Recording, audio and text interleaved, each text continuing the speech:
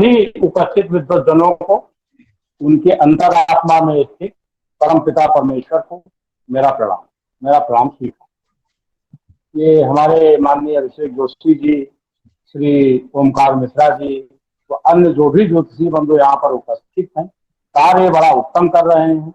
इससे ज्योतिष में अगर जो भ्रांतियां हैं वे भी दूर होंगी, साथ ही साथ ज्योतिष का प्रचार प्रसार होगा और ज्योतिष से जो अपलोग लग रहे हैं, जो इसकी उपेक्षा की जा रही लोगों के द्वारा, उससे भी उस भ्रांति को भी समाप्त करने में हम आप सफल होंगे। इस विश्वास के साथ मैं आज आपकी व्यवस्था में सम्मिलित। श्री ओमकार मिश्रा जी ने और अभिषेक जोशी जी ने मुझे बताया था कि इसमें केतु विषय पर बोलना है। इसके पहले भी एक बार गुरु विषय पर आप लोग बोले थे, वो भी विषय बड़ा अच्छा रहा था। सर्वप्रथम मैं आप लोगों को एक चीज बता दूं जो मेरी जिंदगी का तजुर्बा है। देखिए, किताबों में तो ज्योतिष में बहुत कुछ लिखा हुआ है, लेकिन ज्योतिष मांगती है अभ्यास, क्योंकि किताबें अपभ्रंश भी हो गई। एक ही ग्रंथ में जातक तत्व रतलाम है महादेव प्रसाद पाठक जी का, उसमें एक ग्रह का पुष्पफल लिखा हुआ है। उसमें लिखा है कि छठे आठवें भाव के स्वामी अगर सप्तम में बैठ जाए तो ऐसा होता है। वही दूसरा ग्रंथकार कहता है छठे आठवें भाव के स्वामी अगर यहाँ बैठ जाए तो ये होता है।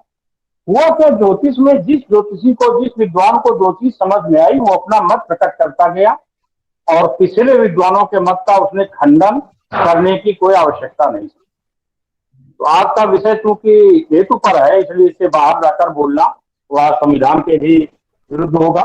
मैं ऐसा पाप नहीं कर सकता। तो मैं सर्वप्रथम केतु पर शुरू होता हूँ।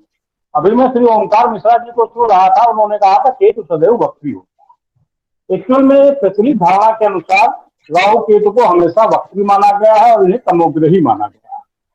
सूर्य के चारों तरफ भ्रमण करने वाले आकाशीय पिंडों को ही ग्रह कहा जाता है, ये सर्वमान्य सिद्धांत। इस दृष्टि से चंद्रमा पृथ्वी का उपग्रह कहा जाता है। पृथ्वी के चारों ओर चंद्रमा के भ्रमण करने से जो एक मार्ग बनता है, उसको सिद्धांत ग्रहों में विमंडल कहा गया है। उसको विमंडल के नाम से पुकारते हैं। विमंडल और क्रांतिवृत्त दोनों कभी भी एक ही तल से नहीं होते, बल्कि क्रांतिवृत्त से विमंडल करीब 5.25 अंश का कोण बनाता हुआ उसे 2 बिंदुओं पर काटता है, ठीक है, जिन्हें चंद्रताप कहते हैं। जिस पाप बिंदु को पार कर चंद्रमा क्रांतिवृत्त के उत्तरी गोलार्ध में भ्रमण करता है उसे राहु, और जिस पाप बिंदु से चंद्रमा क्रांतिवृत्त के दक्षिणी गोलार्ध में भ्रमण करता है उसे भारतीय ज्योतिष में केतु की संज्ञा दी गई है। ये केतु और राहु और केतु का एक चरण कहाँ पे वो स्थित है, ये हो जाता है। आजकल जितने भी पंचांग लगभग प्रकाशित हो रहे हैं उन सबमें राहु केतु की मध्यम गति दी जाती है।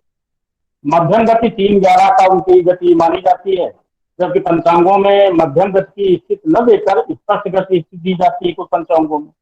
इससे जहां कुंडली में भेद हो जाता है वहीं राहु केतु को जानने में भी गलतियां हो जाती है। देखिए, विषय तो बड़ा विस्तार का होता जाएगा। इस गति भेद के फलस्वरूप अन्य ग्रहों के जो समान राहु केतु भी स्तंभी होते हैं, मार्गी भी होते हैं, अतिचारी भी होते हैं। और लेकिन वो गति तब होती है जब सूर्य के साथ राहु केतु की युति हो अथवा प्रतियुति हो, तब यह अवस्था बनेगी।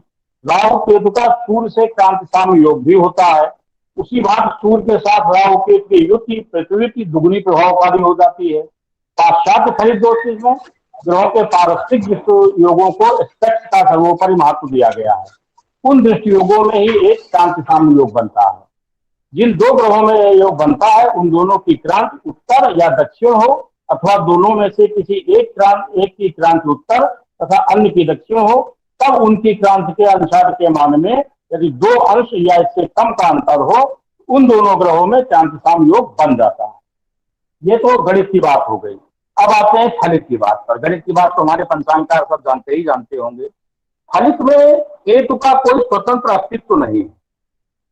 इसका फल कहने के लिए जिस राशि पर यह बैठ जाए अथवा जिन ग्रहों के साथ इसकी युति हो जाए, जिन ग्रहों के साथ इसका दृष्टि योग हो जाए, उन ग्रहों के फल को यह आत्मसात कर देता है।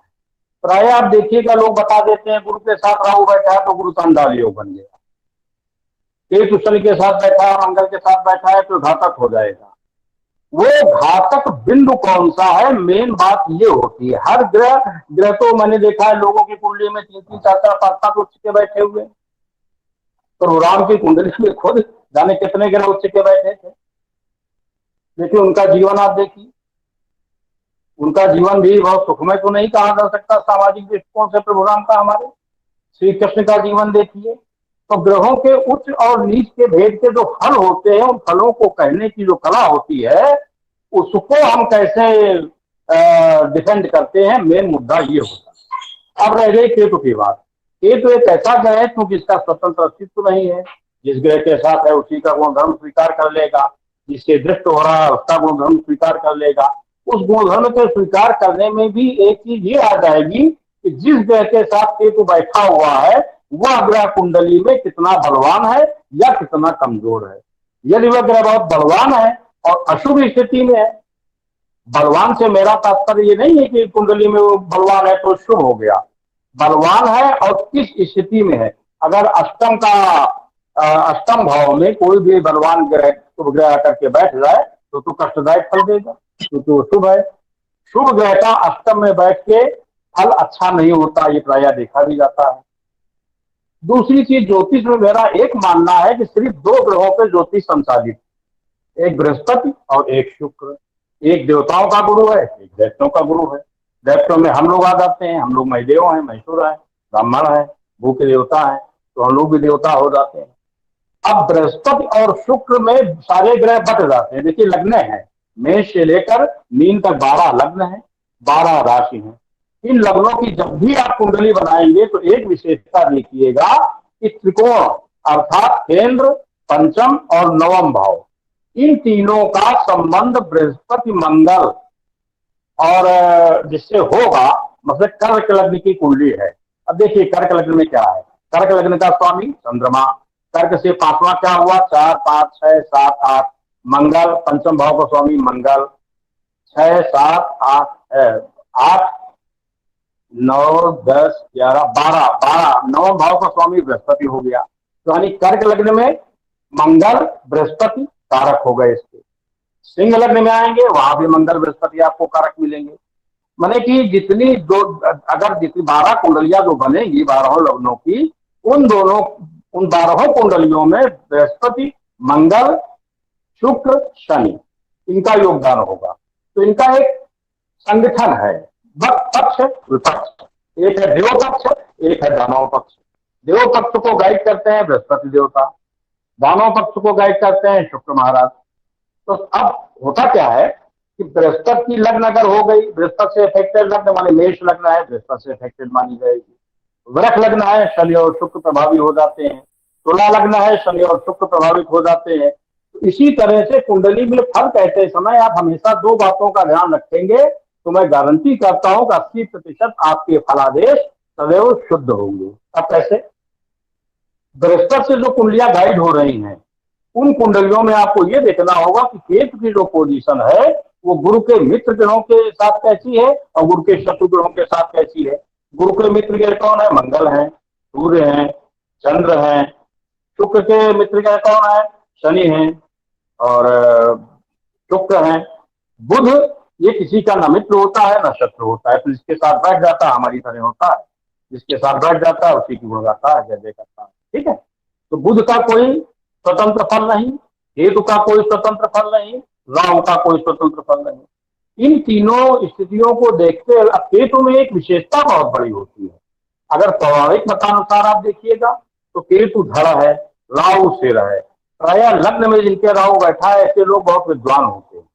दशम में राहु बैठ जाए लोग विद्वान होते हैं। केतु अगर लग्न में बैठ जाए तो आदमी लगभग निर्बुद्धि होता है, उसके ऊपर क्रोधी होता है, बड़ा घर में अपने क्लेश मचाया रहेगा। सप्तम में भी केतु क्लेशकारी होता है। तो सबसे पहले तो हमारा सभी ज्योतिषियों से, सभी पंचांगकारों से एक निवेदन ये है कि ज्योतिष में ये है कि फल आपका ना घटे। आप किसी को फलित ज्योतिष के अनुसार फल बताएं वो न घटे, ये संभव है। किंतु यदि आप ज्योतिष के योग देख लेंगे, ज्योतिष के योग ज्योतिषियों को अवश्य पढ़ने चाहिए। योग बहुत से हैं, लगभग 1008 योगों की मैंने एक पुस्तक निकाली है और आने वाली है, दिवाली तक आ जाएगी। ये जो योग होते हैं जैसे कुछ प्रचलित योग है, लग्नाभ योग है, चंद्राभ योग है, यमद्रुम योग है, काल सर्प योग है, सूर्य बुधादित्य योग है, चंद्र मंगल योग है, अब उसमें क्या है कि जिसका जन्म दिन में हो, दिनमान में जिसकी कुंडली बनती है सूर्य से लेकर सूर्योदय से सूर्यास्त के बीच में, उसका सूर्य अच्छा होना चाहिए। रात्रि को जिसका जन्म हो उसका चंद्र अच्छा होना चाहिए।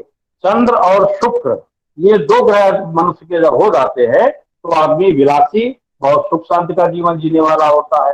अब यहाँ पे यदि केतु बाधा मार गया, रात का जन्म है, चंद्रमा केतु अगर एक साथ आ गए तो ये दिक्कत करे।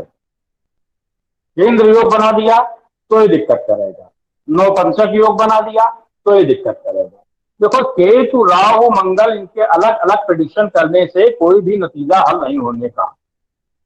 एक एक ग्रह को नतीजा हल करने के बजाय आप लोगों को मेरा सबसे एक निवेदन ये है कि आप लोग एक ग्रुप बनाइए। उस ग्रुप के अंदर जिसके जितने अनुभव है, ज्योतिष अनुभव पर डिपेंड करता है, जितना अनुभव आपको होता चला जाए। जो भी कुंडली आप लोग देखिए, कोई भी कुंडली बनाइए, उसका पूरा रिकॉर्ड रखिए, रजिस्टर रख लीजिए, उसमें जन्म तारीख, जन्म समय, जन्म का स्थान और उसका पूरा चक्र बना के रख लीजिए। बहुत ज्यादा नक्षत्र नक्षत्र का लिख लीजिए। इतना होगा तो आपके पास समझो सब हो गया। मान लीजिए साल में अगर आपने 100 कुंडली देखी तो उन 100 कुंडलियों का डाटा आपके पास है। उन लोगों को अपने दिमाग में बसा लीजिए कि फला आए थे हमारे पास, गुप्ता जी आए थे, उनको मैंने ये बताया था, उसका फल ये हुआ।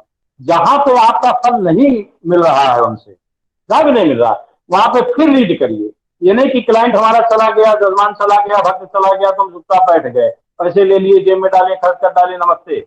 नहीं, उस जजमान के चले जाने के बाद उसको 10-15 दिन में फोन कीजिए, उससे बात कीजिए, उसके हालात को देखते रहिए, तो उससे आपको ये नतीजा तो इसको काट देता है। अब केतु अगर मोक्ष देता है तो अकेले केतु इसके बारे में बैठ जाए तो ऐसा तो संभव है नहीं। एक तो भौतिक है, एक कुंडली के अनुसार है। भौतिक ऐसे है कि आप देखिए, जो पहला जन्म इसका होगा, जो बिल्कुल निष्पाप हो चुका है, निष्कलंक हो चुका है, वो आदमी जब पैदा होगा तो उसका प्रताप पूरे विश्व में गूंजेगा। जैसे बिल क्लिंटन है, मोदी जी हैं, शी जिनपिंग है, सोनिया गांधी। अब बताओ सोनिया गांधी ने कौन सा कर्म किया होगा कि उनको इतनी उपलब्धि मिली है? बताओ कौन सा कर्म किया है? उनसे अच्छे कर्म तो हमारे घर के कर्मचारियों ने किए हुए हैं। इसलिए कर्म का फल अलग है, ज्योतिष का फल अलग है। मनुष्य को अर्थ माने पैसा और क्या कहते हैं, अर्थ और काम, अर्थ और काम मनुष्य को सदैव भाग्य से मिलता है। कैसे?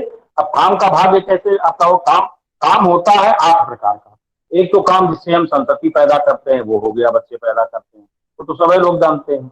एक होता है चक्षु काम, हमने आंख से सुंदर स्त्री को देखा, सुंदर फूल को देखा, सुंदर दृश्य को देखा तो हमारा मन प्रसन्न होता है, इसे कहते हैं चक्षु काम या दृष्टि काम। एक होता है श्रोत काम, हमने कानों से अच्छा गाना सुना, लता जी के, शमशाद बेगम के गाने सुने, हमें अच्छे लगे, ये श्रोत काम है। एक होता है घ्राण काम, सूंघने से, अच्छी खुशबू सूंघने से जो सुख मिलता है वो घ्राण सुख है। अच्छा भोजन करने से जिह्वा काम, किसी को स्पर्श करके सहलाने से, पुत्र को, पत्नी को, अपने प्यारे पालतू पेट को सहलाने से जो सुख मिलता है वो स्पर्श काम है।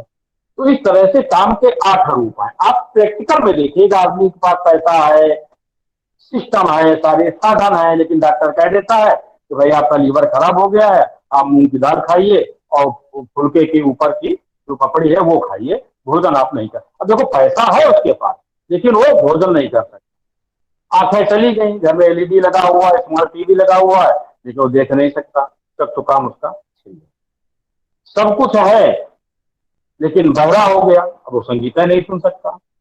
जिह्वा में कोई रोग हो गया, तो अर्थ और काम सदैव भाग्य से मिलता है और धर्म और मोक्ष ये हमारे हाथ में। इसीलिए ज्योतिष शास्त्र में कहा गया है कि 784 लाख योनि भोगने के पश्चात मनुष्य को 7 जन्म मनुष्य के मिलेंगे ही मिलेंगे। दूसरा जन्म चंद्रमा से मिलता है, वो थोड़ा कमजोर होता है, स्वयं दर्जे के आदमी, मुकेश अंबानी। अब देखो एक ही घर में पैदा हुए मुकेश और अनिल, एक टीचर हो गया, उसके ऊपर कर्जा हो गया, दूसरा ऐश कर रहा, क्या हाल है? एक ही पिता, उसके 2 भाई हैं, सगे भाई हैं दोनों, मुकेश और अनिल अंबानी। अब उनकी अगर कुंडलियां देखी जाए, भाई जो मैं आपको भेज दूंगा, आप लोग देखना, उसका प्रेडिक्शन करना। तो मेरे पास रखी हुई, तो मैं डीएनए में लिखता था तब मुझे प्राप्त हुई थी। तो ज्योतिष तीसरा जन्म मंगल का मिलता है, तो हमारे सेनाध्यक्ष होते हैं, पुलिस के बड़े बड़े अधिकारी, आईपीएस, IAS, ये सब मंगल के प्रभाव से जन्मे होते हैं। बुध के प्रभाव से बड़े बड़े जो इंडस्ट्रियलिस्ट होते हैं ये जन्म लेते हैं। बृहस्पति के प्रभाव से जो विद्वान होते हैं, जैसे हमारे ओमकार मिश्रा जी हैं, अभिषेक जोशी जी हैं, हमारे दुर्गा बाबू हैं, शर्मा जी हमारे पठानकोट वाले हैं, ऐसे लोग, ये विद्वान लोग होते हैं। महादेव प्रसाद पाठक जी का जिक्र भी जोशी जी ने, जिनकी किताब डाली थी, मुझे स्मृति में हो आया कि महादेव प्रसाद पाठक जी की याद आ गई, जब तक तो मेरा बहुत प्रिय ग्रंथ रहा है। तो जो विद्वान पैदा होते हैं बृहस्पति से पैदा होते हैं। प्राय देखिएगा विद्वानों की कुंडली जो होती है ये मेष लग्न की होंगी, कर्क लग्न की होंगी, सिंह लग्न की होंगी, वृश्चिक लग्न की होंगी। और छठवां जन्म शुक्र से होता है। इसमें बड़े बड़े फैशन डिजाइनर, फिल्मी हीरो, ये वो सब दुनियादारी सब आ जाते हैं। शनि से सातवां जन्म होता है।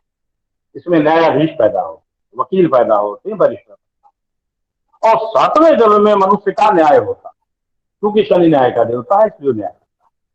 अब उसने न्याय किया, उसने देखा कि भाई आदमी ने तो अपनी जिंदगी में 75% पुण्य किए हैं और 25% पाप किए। अब 75% पूर्ण करने के कारण उसको 25% स्वर्ग भेज दिया जाता है कि भाई तो 25% स्वर्ग में अपना भोग करके आ। जब वो 25% स्वर्ग में भोग कर लेता है तो पुनः उसको मृत्युलोक में पहला जन्म दे के भेज दिया जाता है। अगर उसने 75% पाप किए और 25% पूर्ण किया तो 25% पाप का फल भोगने के लिए वो नरक में भेज दिया जाता है, अर्थात पुनः 84 लाख योनि में भेज दिया जाता है। एक एक क्रम जारी रहता है। और जब वो 50% पुण्य और 50% पाप दोनों बराबर कर लेता है तो वो मोक्ष का अधिकारी। मोक्ष तो तभी मिलेगा ना जब आप पाप और पुण्य दोनों करके अपना कोटा, अब ऊपर से जब आदमी चलता है तो हाथ की जो दोनों लकीरें होती है उनमें एक में पाप एक में पुण्य निहित होता है। कुछ लोग होते हैं पाप की गठरी लाते रहते हैं, पुण्य को लुटाते रहते हैं। कुछ होते हैं पुण्य को समेटे रहते हैं, पाप को लुटाते रहते हैं। इसीलिए हमारे यहाँ कहा गया है कि आप कर्म शुद्ध कीजिए। अब एक प्रश्न लोग खड़ा कर देते हैं तो हम ये कैसे जाने कि हम जो करने जा रहे हैं ये पाप कर्म है या शुभ कर्म है। इसकी बड़ी हल्की पहचान है, बहुत छोटी सी पहचान। जब भी हम कोई भी काम करते हैं तो आप एक चीज देखिएगा, हमारा जो ये हृदय है ना, आपके जब पंडितों के जब कोई पैर फूटा होगा तो यहाँ पे एक हल्का सा हृदय के पास एक हल्का सा बहुत माइन्यूटली कंपन होता है। आत्मा जिसको कहते हैं, आत्मा क्या है? आत्मा सूर्य से चलता है, न इसको आग जला सकती है, न इसको जल डुबा सकता है, न इसको अग्नि जला सकती है। सब लिखा हुआ है गीता में, इसको क्या बताना। वो है आत्मा। आत्मा शाश्वत है, सूर्य भी शाश्वत है। मन चलता है चंद्रमा से। अब चंद्रमा 15 कला प्रत्यक्ष है, एक अप्रत्यक्ष है। 16 कला से चंद्रमा चलता है, 16 कला से 64 कला और 64 से 64,000 कला बनती है, ठीक है ना। तो मन चलता है 64,000 कला से। मन पाप करने के लिए प्रेरित करता है। मैं आपके यहाँ आऊं, आप मुझे बैठाल के ड्राइंग रूम में और अंदर चाहे इसलिए बोलने चले जाइए बहुरानी को, मैं आपको कोई चीज रखी हो कीमती तो मैं उसको उठाऊं, अपनी जेब में डालू, चलाऊं। बाद में मिलूं तो हमसे पूछो भैया पंडित जी उस दिन आप हमारे घर आए थे, वो हमारी फला चीज रखी थी, आपने देखी तो नहीं। अब देखो हमारा मन जान रहा है, आत्मा भी जान रहा है, लेकिन स्वीकार नहीं करते। हम कहते हैं नहीं भैया हम तो आपके सामने उसकी चले गए, हम कह रहे हैं। ये मन और आत्मा का भेद है। आत्मा जानता रहता है हमने सुनाया है, लेकिन मन उसको एक्सेप्ट नहीं करता, स्वीकार नहीं करता। तो यहीं पर जब हम कोई गलत काम करते हैं तो हमारा आत्मा अंदर से एक हमको इंडिकेट करता है, एक बीप की आवाज देता है। बीप की आवाज देता है कि भाई ये काम ठीक नहीं है, लेकिन हम उस आत्मा की आवाज को दबा देते हैं। हम सूर्य के ऊपर धुंध बना देते हैं कि नहीं जो मन कह रहा है हम तो यही करें। हमें शराब पीनी है तो साफ पियेंगे। आत्मा कहती मत पियो, खराब चीज है यार, लेकिन नहीं मन कहता पियो यार, आनंद आएगा। क्षणिक आनंद के लिए हमारे ऊपर मन हावी हो जाता है। इसीलिए हमारे यहाँ चित्तात्मा को एकाकार करने की बात कही है। मन और आत्मा जब एकाकार हो जाते हैं वह अवस्था जो होती है वही निर्वाण की होती है, वही शुद्ध की होती है, वही अवस्था शिव की होती है। अब इसमें केतु एक बहुत बड़ा काम करता है आदमी के लिए। केतु का सबसे बड़ा काम जो होता है, अभी हमारे अभिषेक जोशी जी ने बताया था कि जिनका केतु खराब हो वो एक ध्वज लहराए, जिनका केतु खराब हो सिर्फ वही न लहराए। हर व्यक्ति को चाहिए कि अपने घर के ध्वज या तो प्रत्येक पूर्णिमा को बदल दे। अगर पूर्णिमा को नहीं कर सकता है तो दोनों नवरात्रि में अवश्य अपने घर पे 2 ध्वज लगा हुआ है, एक ध्वज लाल रंग का और एक ध्वज पीले रंग का।